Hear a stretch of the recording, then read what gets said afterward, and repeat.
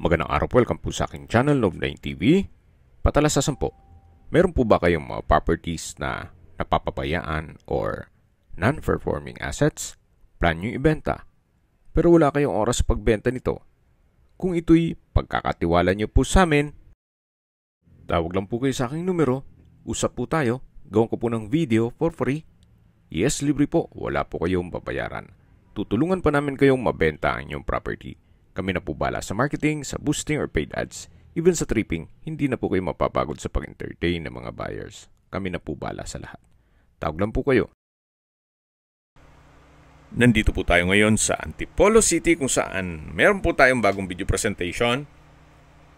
Isang 3-story house in lot na may lot area na 446 square meters. Ito po'y corner lot at titulado. Buhay po ang may-ari, kaya wala po kayo maging problema sa documentation o sa transfer ng title. Ito pong bahay ay may floor area na 450 square meters plus additional 300 square meters na developed area dun sa dulo. Then may 7 bedrooms, 5 toilet and bath, may foyer with storage, then spacious living area at dining area, high ceiling, meron pong guest reception area, may formal and dirty kitchen with stainless steel kitchen countertop, may breakfast nook, prayer area, guest room, private office with storage, meron pong roof deck, at 2 covered car garage dito sa napwestuhan natin. Then sa likod po ay meron ding 6 car garage. Mamaya po ikutan natin yan. So ito po yung covered lanay. Then sa dulo po ay may waterfalls.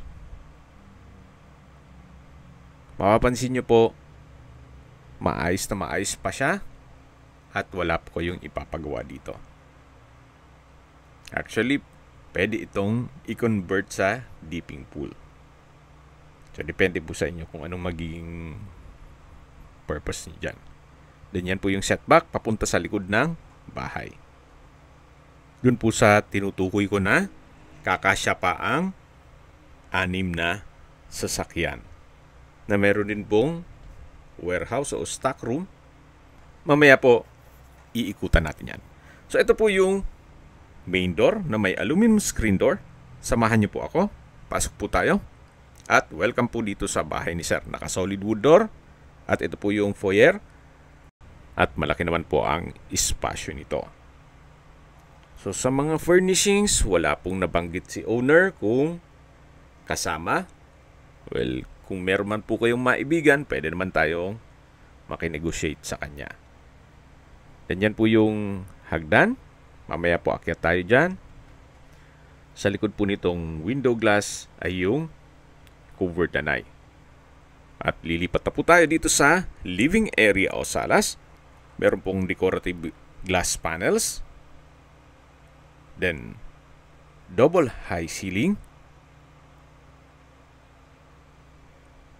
Meron pong glass blocks na nag-serve as natural sunlight. Mula po dito sa living area, matataon natin yung foyer, then yung main door, at ito na po yung hagdan na naka-wooden staircase, wooden handrail, then metal railing. Samahan niyo po ako, akyat po tayo. So ito pong bahay ay owner's built, kaya hindi po tinipid. May pagpabago lang po sa kanilang plano, kaya ibebenta na lang po nila ito. Ito po yung family area na may chandelier, then may window glass sa dulo at malaki naman po ang espasyo.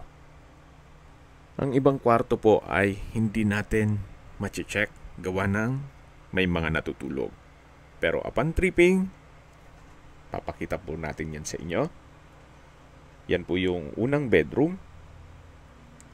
Kung saan, gaya na sabi ko sa inyo, meron pong natutulog kaya hindi natin mapasok muna yan.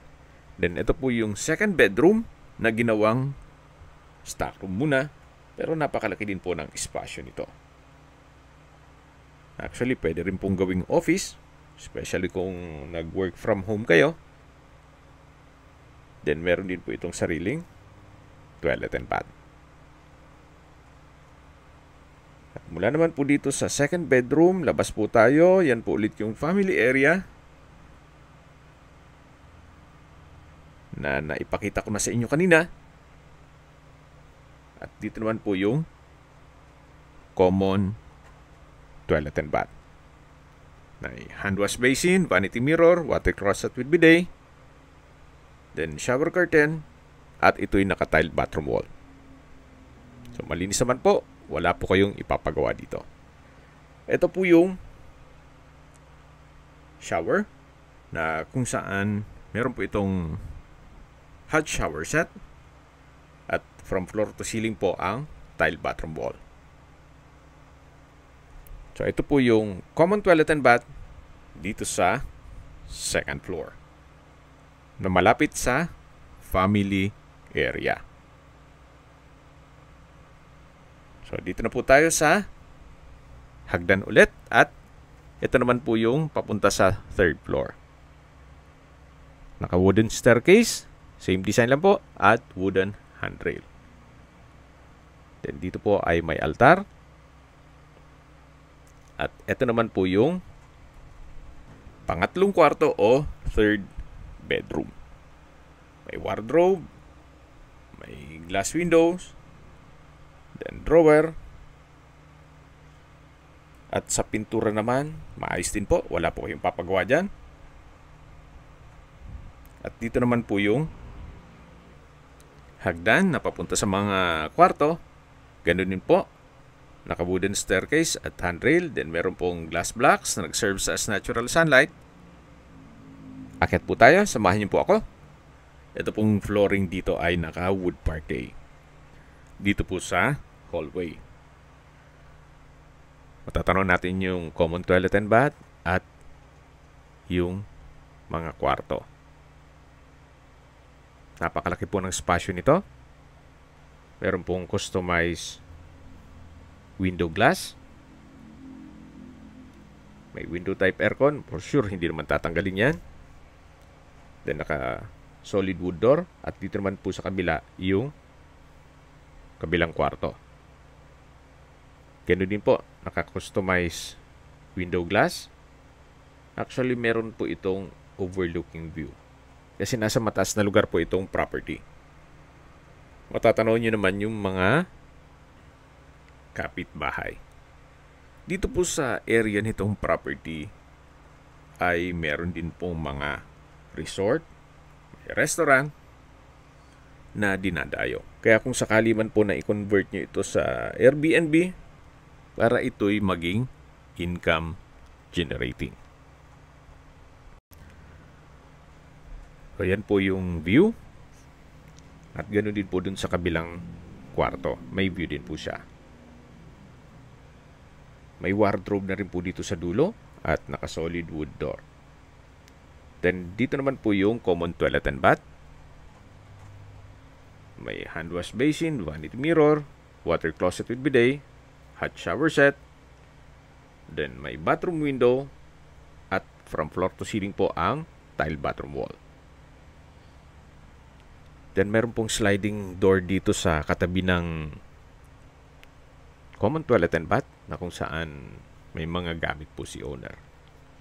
Ganun din po, upon tripping, check po natin yan. So, ito na po yung mga kwarto dito sa taas at bababa na po tayo. Yan po yung hagdan. Then meron pong staircase window. Napalaking bagay po niyan. Then dito naman po yung altar. Yan po yung another room. Then dito po yung family area na nadaanan natin kanina. At bababa na po tayo para check natin yung ibang parte ng bahay. Especially yung formal kitchen at dirty kitchen.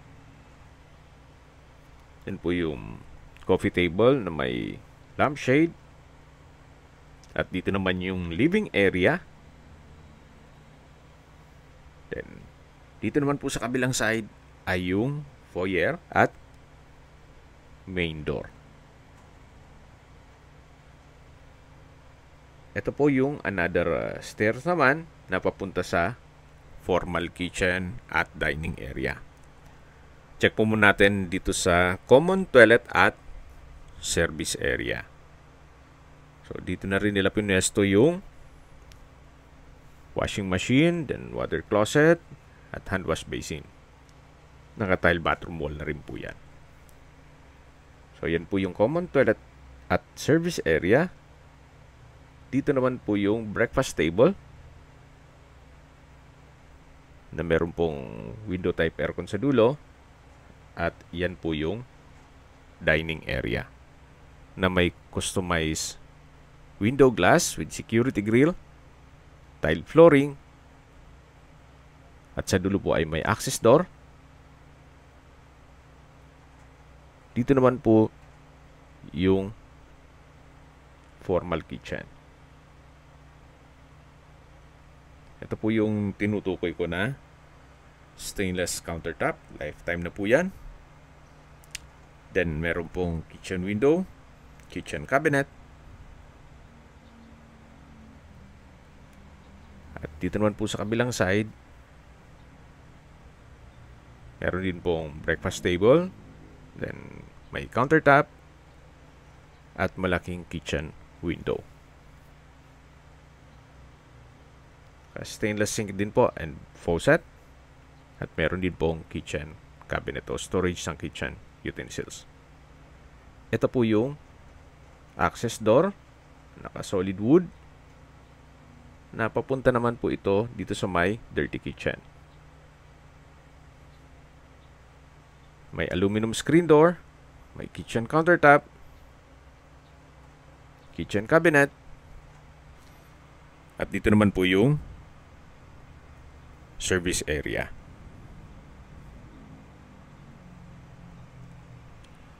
Yan po yung pangalawang gate na access dito sa likod ng bahay.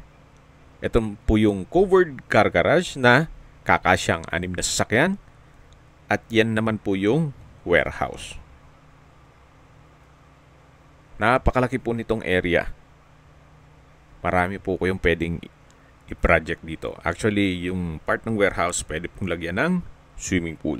Kung talagang gagawin nyo itong staycation business o ipapasok nyo sa Airbnb. Yan po yung spiral stairs na papunta naman sa kwarto. Ito po yung side view ng bahay. Maayos naman po ang structure, walang mga crack ang walls. At yan naman po yung corner side ng property na meron pong waterfalls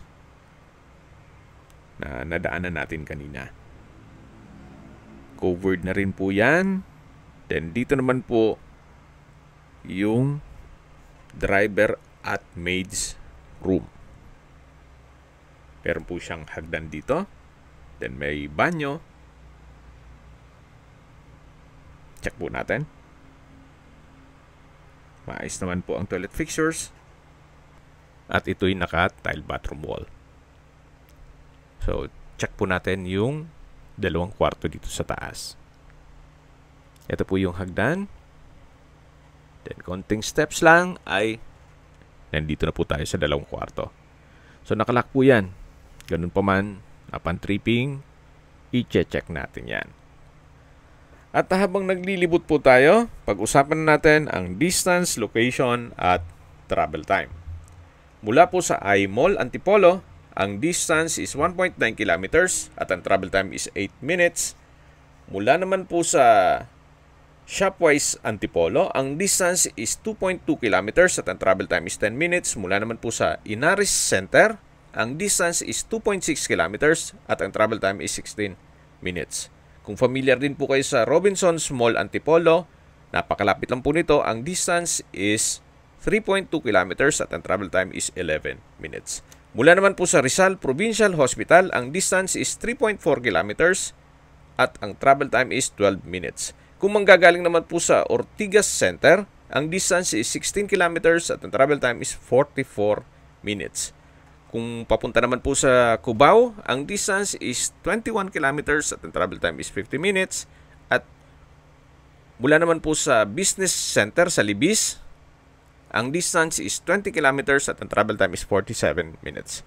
Kung manggagaling naman po sa airport, ang distance is 27 kilometers at ang travel time is 1 hour and 10 minutes.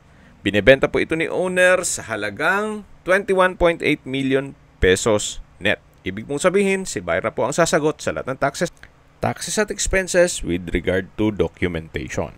Fair deal na rin po ito, especially kung i-compare nyo sa mga brand new townhouse na binebenta dito sa Antipolo na 100 square meters lang na worth 15 million pesos, na kung saan ito po'y 446 square meters na meron pong 7 bedrooms at corner lot pa. Mag-adjust lang kayo ng konti, especially kung kaya nyo naman ang budget na 21.8 million pesos. Yan naman po'y opinion ko lang naman. So, depende pa rin yan sa inyong assessment dito sa property. Yan po, tunghayin nyo po. Napakaganda, napakaliwalas ng lugar at malamig po ang klima dito sa Antipolo City at flood-free area. Ito po ay nasa mataas na lugar. Kung may mga katanungan po kayo, tawag lang po kayo dito sa aking numero. Sa mga kababayan naman natin nasa ibang bansa, meron po akong WhatsApp, Viber at Telegram. Same number lang po, 0917-316-3399.